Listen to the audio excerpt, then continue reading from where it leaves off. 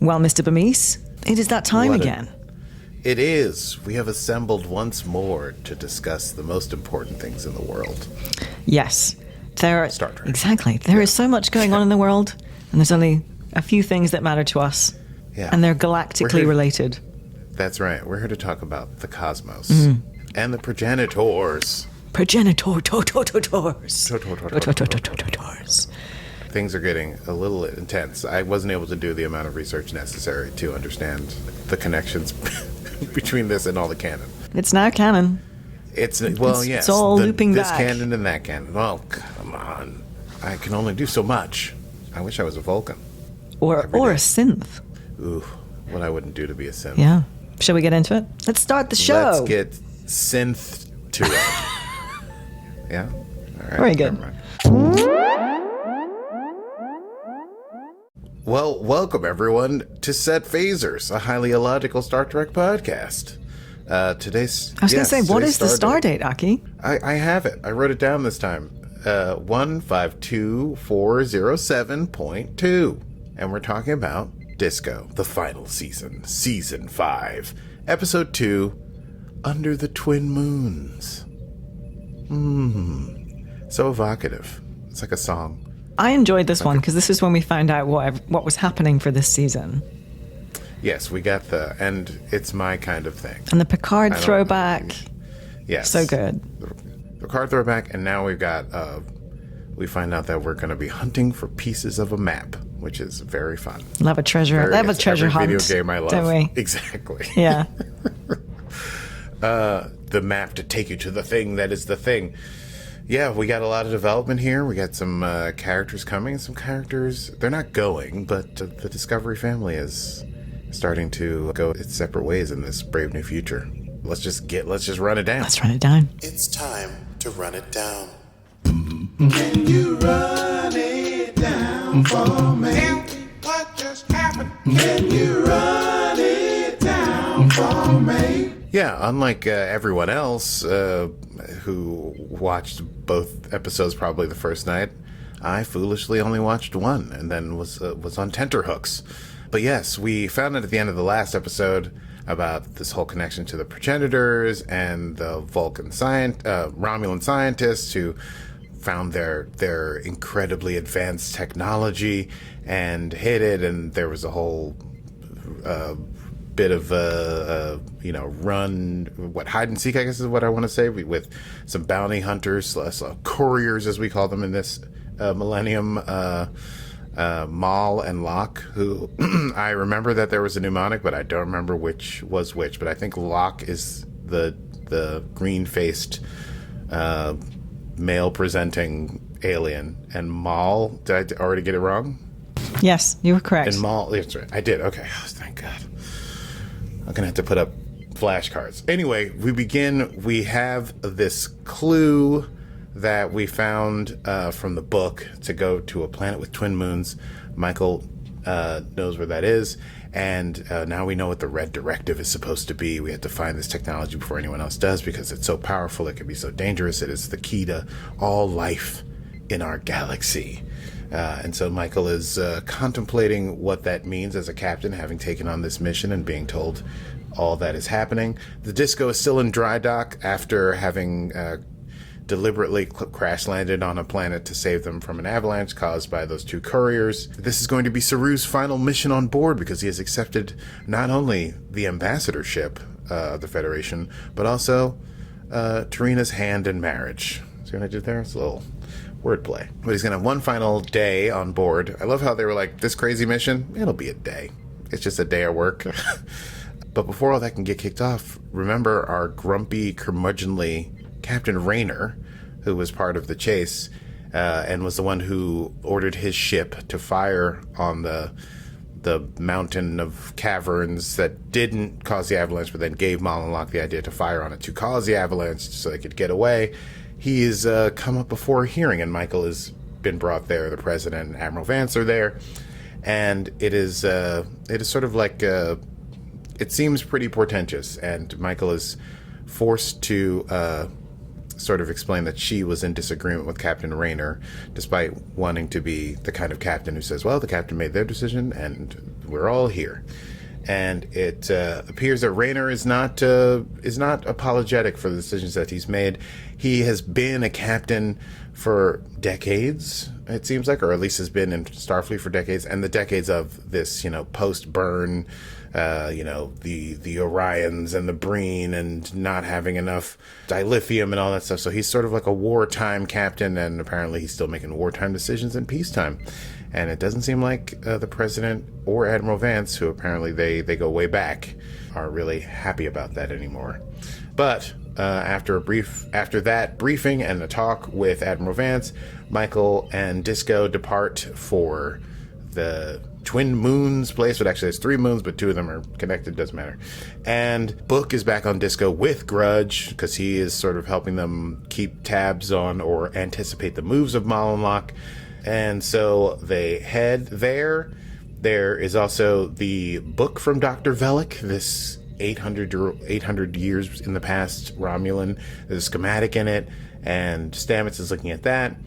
And Book is supposed to look through the interactions with Fred to see if there's anything he can get about Moll and L'ak, because they don't know where they are. They're in the wind. And Book reveals that Saru has a nickname, which is longer than his name. It's Action Saru, because of his shooty neck stuff. Disco jumps. Tilly's also on board. Tilly's back on board. She's the science specialist. She's away from the academy, and she's helping them pour through the information. And they head to this planet, which was a Promillian necropolis, sort of a graveyard planet with graves, but also huge statues and stuff like that. There's a strong electromagnetic field around the actual necropolis area, and that's where they believe they have to go. So they're going to have to beam in and walk. Michael and Saru go down to the planet. There's some discussion about how they'll miss each other and how long the long road they've traveled since Michael first came on Discovery. Book and Dr. Culber get together. There's a warm greeting for Book from Dr. Culber, which Book seems shocked by. They know that Moll is a human. They don't know. We have confirmation that L'ak is not a known sort of humanoid species. No one really knows what L'ak's deal is. But Book has realized from watching their, just his space druid senses, his empathetic superpowers, that they must be in love. They're free and in love, like he and Michael once were before the Discovery came back, etc., etc. Saru is giving Michael advice because she's going to have to pick a new first officer, that she should find someone who's willing to stand up to her. He actually suggests Book, which is, Book's about as un-Starfleet as they come, though he's very Starfleet adjacent. But he should never give up his black duster. They find unburied bodies on the planet, not Promelians, some grave robbers that their bones are on the ground. They look dead and brutally dead, and there's a massive stone hand on the ground. Tilly and Adira have a discussion about life and times. Adira and Gray are still a thing, but they have not been in contact because Gray is down on the Trill planet and Adira is on Discovery. There's a spike in the EM field as Michael and Saru are walking, and drones come from the stone eyes of a giant stone head, and they start shooting at Michael and Saru, and things get pretty rough.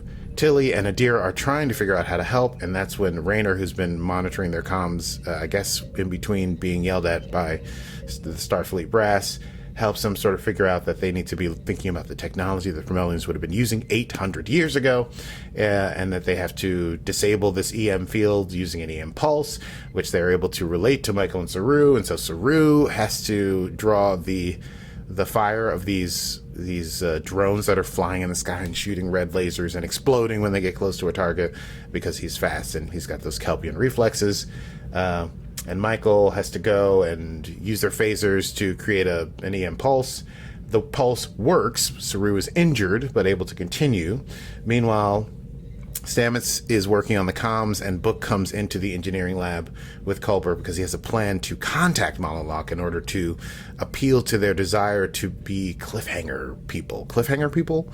That's not what I'm looking for. He describes them as action junkies, and he wants to give them a cliff to climb or sail off of.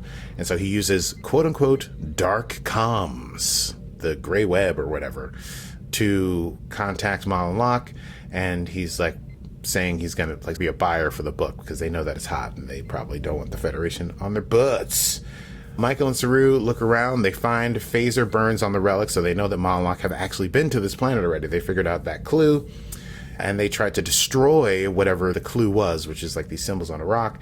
But Saru is able to read the bacteria in the phaser blast to see what the clues were, and then they're able to put a screen on it to figure out what it is. And it's a Romulan Revlav, which is this 5-stanza poem that is also a secret kind of thing, you know, how Romulans were. And they find 4 verses, but there should be 5, and so they have to find the 5th one, which turns out Romulans don't invite real friends, don't come to the front door, they come to the back door, because that's how Romulans roll. So they look under the statue, they find the 5th clue. With 4 lines, it seems like the clue is telling them, it's a clue, by the way, so it's not the technology. It looks like this is going to be a little treasure hunt, fun times, big weekend. But with the 5th line, they realize that they're probably headed to Trill. Meanwhile, Moll and... Oh, no, I've already done it. Moll and L'ak, who are 2 distinct persons, do respond to Book's invitation. They talk to him, but they do not accept his offer, and they cut off communications after parting with some cold words. But Book does seem shaken at the end of the conversation, and he walks out of engineering to do something on his own. Michael and Saru are able to get back up to the ship. They have the clue. Not only that, they also have a little weird hunk of metal rock or something, which when they show it to Stamets and they look at the image from the notebook, they use a programmable matter to make the image a 3D thing, and then they're able to put the stone thing into the 3D image, and they realize, ha! This is some sort of thing that has to be collected, a number of 5 pieces in order to complete the symbol, in order to find the thing that Dr. Velek hid in the past to be found in the future. They're also headed to Trill, which that's funny because we were just talking about Gray and Adira and their relationship. Meanwhile, Book is going over the footage of the conversation he had with Moll and L'ak, and he has Zora zoom in on L'ak and age Moll down to the age of like 7 years and 3 months ago, and he recognizes her because of her birthmark and realizes that she is the daughter of his mentor, the previous holder of the title of Cleveland Booker the Fourth. Something like family to him. Disco heads back to HQ. Saru packs up. Michael and Saru say their goodbyes, but they're going to leave Saru's room as is, so he'll always have a place on the Discovery. Michael goes to visit Vance, asks about Raynor's inquiry. Apparently Raynor's going to have to take immediate retirement, even though he and Vance have been friends for 30 years. It's just a different kind of galaxy out there. Michael gets a crazy idea. Oh, what could this be now that Saru is gone? Well, enter stage left, grumpy Raynor. Basically, Michael asks Raynor to become her number 1. He says, listen, I'm not a yes man. And she says, I'm counting on it. And she's like, listen, this is your second chance. I got mine. This is yours. And it appears at the end of this episode that Raynor accepts, and the hunt is on. And here endeth Season 5, Episode 2, Star Trek Discovery, Under the Twin Moons. Let's talk about that. I say, darling, let's do a quick chat about that. Yes, let's do. Well, treasure hunt? Super fun. So much fun with the TNG throwback. Yes. It was like one of my favorite episodes as a kid. Again, I've said this last episode, but I'm always shocked at their ability to go find one episode that does sort of stand out, but you're not like, oh, that could lead to a whole season of something, and be like, oh yeah, sure, find this Romulan in the back. He has a thing, and there's more, and I did watch episode 3, so I know that there's some more interesting lore from that time. More lore! But yes, I love that. I love Michael and Saru's last go of it as their own away party on a crazy jungle planet with dangers. Action Saru. Action Saru bursts into action. Running and flipping and dodging and going behind L'ak and using his, I don't know what you call those. His, I want to say frongs. I think I made that word up. His neck darts. Let's go with neck darts. The Kelpian neck darts. And, Tilly being back is very satisfying. Tilly being very Tilly. Yeah. Yeah, I really enjoyed this episode. I appreciate that Book is coming back into the fold. He's paying penance for all the things that he did in the last season, so he feels very like, I just go where they send me. I can't do his British accent. I just go where they send me. It's not very good. That was a British accent, but No. it wasn't his. That was a British accent, but it wasn't his. You say it with your... Michael, I just go where they send... No, that's... Michael Caine, I just go where they send me. Oh, is he Michael Caine? No, he's I just not. go where they send me. Michael. Michael, I just go where they send me. I That was just a bit, go it where was a they bit more send me. London. Wait. Yeah, Book's from London, and oh yes, I didn't mention this in the rundown, but he recognizes Moll, and we now have Moll's full name, I guess, Malene, which I thought at the time, I was like, when he was zooming in and looking at her, and I was like, is this like, should I have, what, is this from Next Gen or something? Is this someone who's like 800 years old? But it's just a bit of lore in their universe, which is cool. I like that.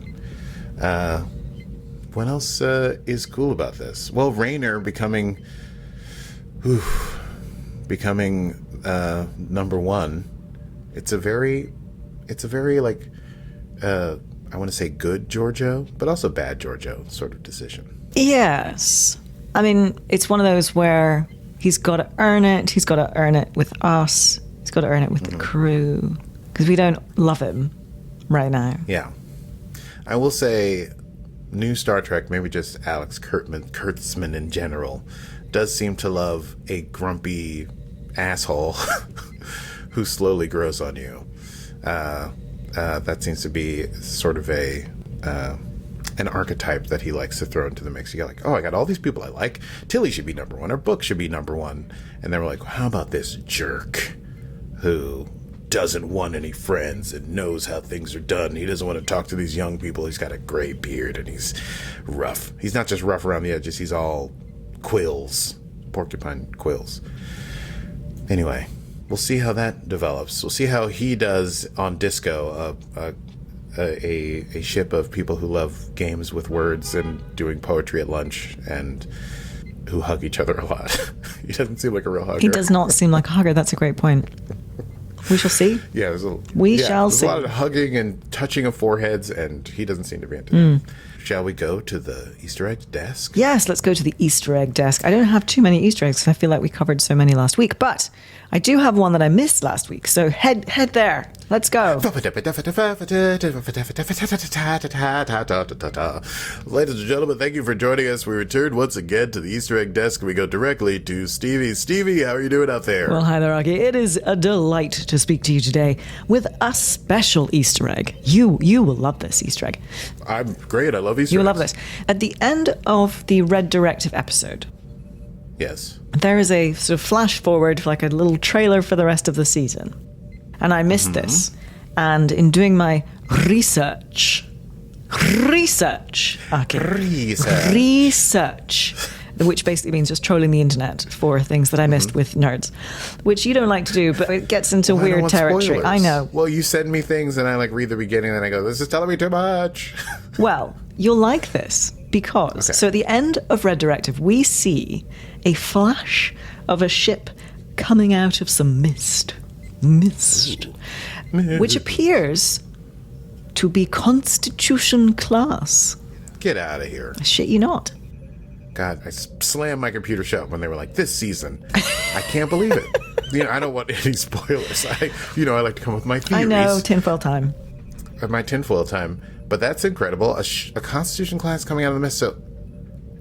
So some ship from, 800, 800 or so years ago? Or? I don't know, because, I mean, obviously, Aki is hoping for Lorca. I know. Every day I wake up and I bow before my Lorca statue and I pray that they bring him back to the series. I mean, if it is indeed the ISS Enterprise, so this is Discovery's wink to TOS and its first season, which serves as a nice sort of recognition for how far the show has come. And to paraphrase another controversial prequel series, it has been a long road getting from there to here. I can't believe you worked that in. That's almost bigger than the Easter egg. I'm sorry. No. Never apologize for having faith of the heart. That's what I say. We do have faith of the heart. We have faith of the heart that Lorca will be back. We do have faith of the heart. I've carried that torch for years now.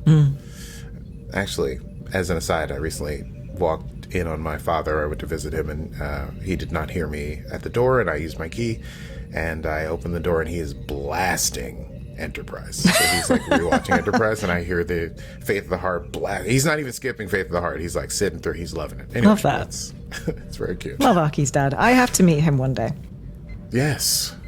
Okay, well, that is it from the Easter egg desk. Aki, it is back to you in the studio. Fantastic. Fantastic. Thank you so much for talking to me. Proud to use my mid-Atlantic accent. Let's go to quotable moments. Quotable moments. Well, listen, I don't have any tattoos, but if I was going to get a tattoo across my entire torso, it would be, "We're after bigger shine now."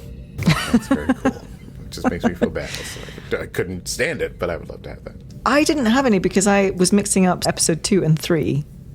So I will wait. Episode 3 has some really great It does, quotes. yeah. Yes. So I'm gonna hold my quotes. Let's see. I'll throw a few more in there. I loved Vance saying, "Your mission is not in question here, Captain. Your actions are."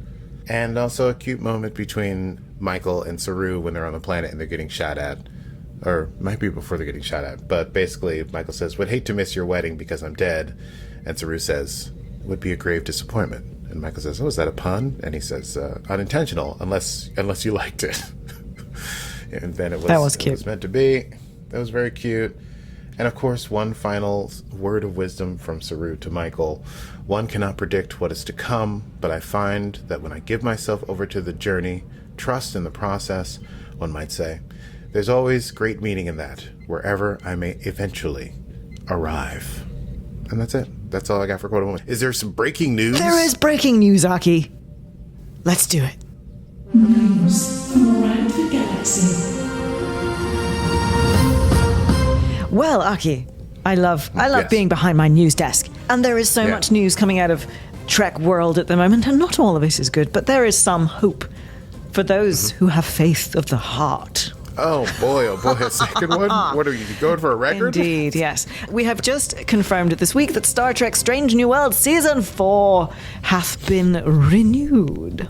No surprise there, really, for anyone. Yeah. It's doing so well. I was just waving fours Yeah, in yeah. front of course. Doing super well. Yeah. Sadly, Lower Decks has been cancelled after Season 5. Boo. However, it does sort of make sense as they've all been promoted from Lower Deckers. You know, Yeah. they are no longer Lower Deckers. So Perhaps there's no, you can't do a show called Upper Deckers. That would- maybe not. It just becomes a bus at that point. Well, Upper Decker means something very particular in the States. Yeah. What does that I mean? presume you don't No. know. It has to do with... Is it a has to do with- sexual thing? no, it's not sexual. It's a bathroom. It is... it's about... Let's. Yeah. You know what? Don't need to know. okay, Don't great. need to know. I don't want to... It's I okay. can't even... Yeah, Don't worry about I couldn't even say labial last episode. I don't want to get into what Upper Decker means. My wife Google sent that it. clip to her speech pathology friends who Oh, laughed no. at us. Mostly me, to be fair, because I got it wrong. So don't worry about Well, it's not like I got it right. it. You did get it right. You said bilabial. I just repeated something. You got it right. It's not like I knew and what I was corrected you to bilaneal because I typed it wrong. So no, you were correct. What is bilaneal? Oh, sorry. Go on. Starfleet News. Academy begins shooting this year. So it's new series, but it's got a big throwback for the old fans. Rachel Garrett will be Yes. included, yes. So she was in TNG's Yesterday's Enterprise, and then she was also in Picard as a she in statue. Picard? She wasn't in it, but her statue. Oh, yes, as a statue. Was in it. And she was the Red Lady, I think. So I think we're going to get that backstory, which is going to be quite cool. So yes, we're losing Lower Decks, we're losing Discovery, we've lost Picard, but we're going to get Starfleet Academy, which I hope is going to deliver. So we'll see. I hope it delivers. And you and I had a discussion about how Star Trek has a really, really engaged group of fans, but they are aging. And Jonathan Frakes was quoted as Yes. saying that he gets a lot of people coming up to him, none of whom are terribly young. Yes.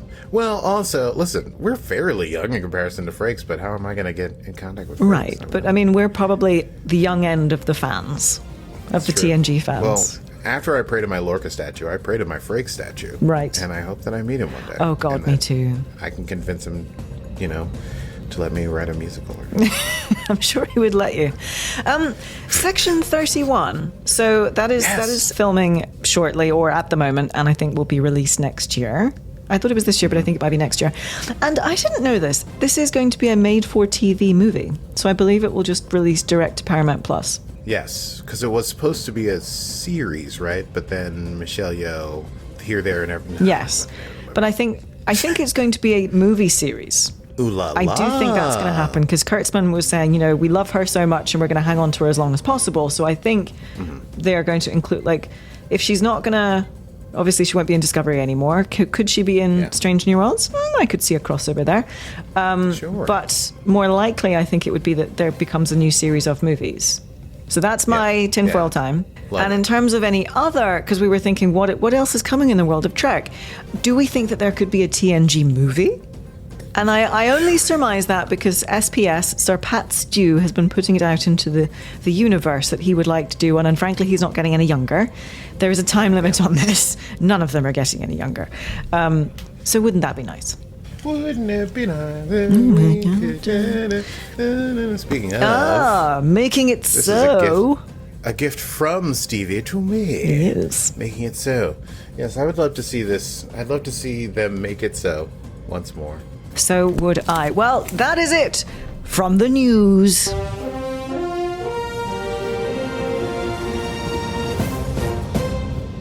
It really does get the heart rate up just talking over that.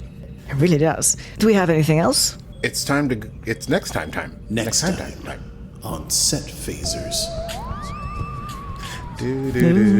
Next time on Set Phasers, we'll discuss season 3 of this final season 3, episode 3 of this. Yes, of this final season. An episode mysteriously entitled Jinal. Yes. Yes. And yes, the hunt for the Progenitors technology continues. But yes, if you've enjoyed this episode, you can find us wherever you get your podcasts, whatever podcatching app you catch your casts in. Check us out on YouTube because I'm trying to do some things, doing some shorts. We have our full episodes on YouTube. You can watch us. Sorry, we're not that attractive, but there we are. But you can watch us. It's more fun. We try. And you might get more of an episode. Who knows? We'll see.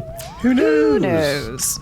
And yes, join us on Patreon. We're at patreon.com/setphasers, where we have community chats. We have Zoom hangs, which we're due for, so we will set that up soon. Indeed.